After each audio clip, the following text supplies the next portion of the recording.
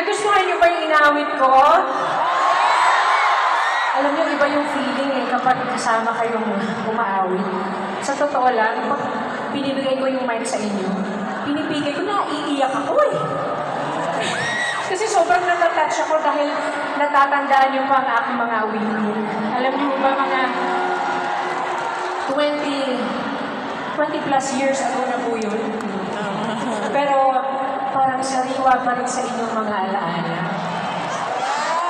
Kaya naman po, nagpapasalamat po ako sa inyong lahat, sa lahat po ng inyong suporta sa aking musika. Palakpakan po natin ang ating mga sarili. But I'm very thankful po. Siyempre, gusto ko pong, I'd like to take this opportunity to thank BMTI, KDR Music House,